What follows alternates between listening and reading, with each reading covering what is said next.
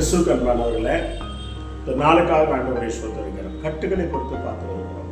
சங்கீதம் 18ஆம் அதிகாரம் 4-5 பார்க்கிறோம். மரண கட்டுகள் என்னை சூழ்ந்து கொண்டது, பாதாளம் என்னை நெருக்குகிறது என்று சொல்லி சங்கீதக்காரன் சொல்கிறான்.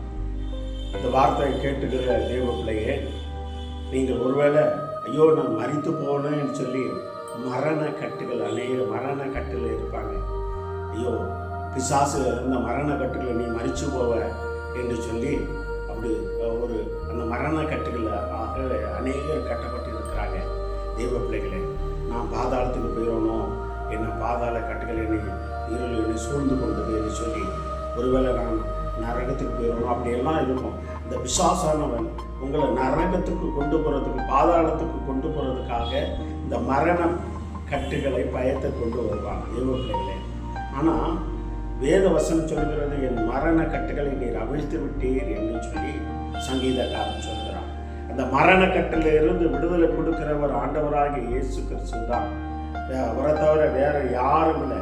ஒருவேளை வியாதி படுக்கையில் இருக்கிற தேவ பிள்ளைகளே, போராட்டத்தில் இருக்கலாம். ஐயோ நான் மறிச்சு போனேன், நான் கட்டப்பட்டிருக்கிறேனே, என் குடும்பத்துக்கு செய்ய வேண்டிய நன்மையும் செய்வேன் காரியங்கள், நன்மையான குடும்பத்துக்கு செய்ய வேண்டிய காரியங்கள் செய்யலையே, என் பிள்ளைகள் சின்ன பிள்ளைகளாக இருக்கிறதே, நான் மரண கட்டுகள் இருக்கிறேனே என்று சொல்லி கலங்கி கொண்டு இருக்கிற தேவனுடைய பிள்ளையே, அந்த மரண கட்டிலிருந்து விடுதலை கொடுக்கிறவர் ஆண்டவராக இயேசு கிறிஸ்து ஒருவர் தான்.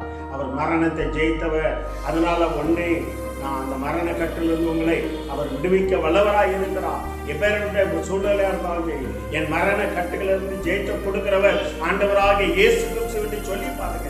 ஆண்டவரே, இன்னும் நான் அந்த உலகத்துல செய்ய வேண்டிய கடமை இருக்கிறது என் மனைவி பிள்ளைங்களுக்கு, ஆண்டவரே என் குடும்பத்துக்கு. ஆனால் நான் மரண பயத்துல கட்டப்பட்டு இருக்கிறேன்னு சொல்லி ஒருவேளை நினைத்து கொண்டு இருக்கலாம். தேவ பிள்ளைங்க, இந்த கட்டிலிருந்து விடுதலை கொடுக்கிறவர் ஆண்டவராக இயேசு கிறிஸ்து.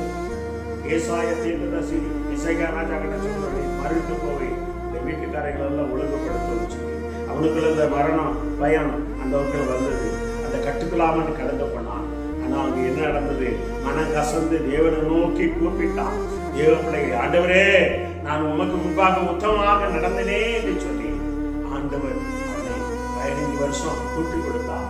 வேலை நாட்களிலே தேவ பிள்ளைகளே, கேன்சர் வியாதியினால் போராட்டத்தினால் கட்டப்பட்டிருக்கிற தேவ பிள்ளையே, அளவுத வியாதியினால் கட்டப்பட்டிருக்கிற தேவ பிள்ளையே, எலும்பூரிக்கிற வேதனால் கட்டப்பட்டிருக்கிற தேவ பிள்ளையே, ஒருவேளை உனக்கு அந்த நிமித்த மரண பயம், மரணத்தில் கட்டப்பட்டிருக்கிறாயா?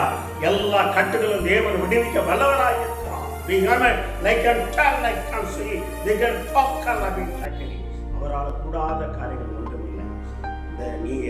நீங்க வார்த்தை கேட்டுக்கொண்டிருக்கிற யாரா இருக்கலாம், எந்த மதஸ்காரர்களா இருக்கலாம், எந்த ஜாதிக்காரர்களா இருக்கலாம், எல்லாத்தையும் படைச்சவர் ஆண்டவராகிய இயேசு கிறிஸ்து. அவர் மரணத்தை ஜெயித்தவர், பாதாள கட்டுகளிலிருந்து அவர் மேற்கொண்டவர். எல்லா கட்டுகளையும் இன்னைக்கு அவிழ்க்கிறார் தேவ பிள்ளைங்க.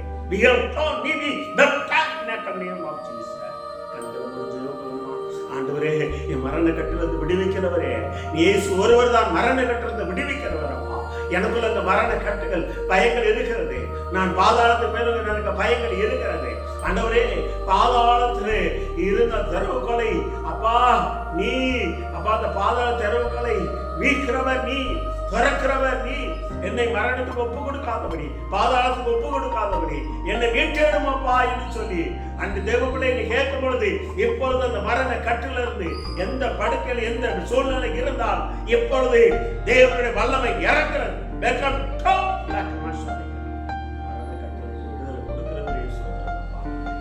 ஜெயித்த கொடுங்க, உடைய நாமத்தை மகிமைப்படுத்துங்க.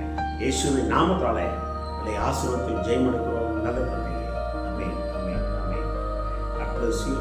பயப்படாதுங்க. மரண கட்டுகளை சூழ்ந்திருக்க பயப்படாதுங்க.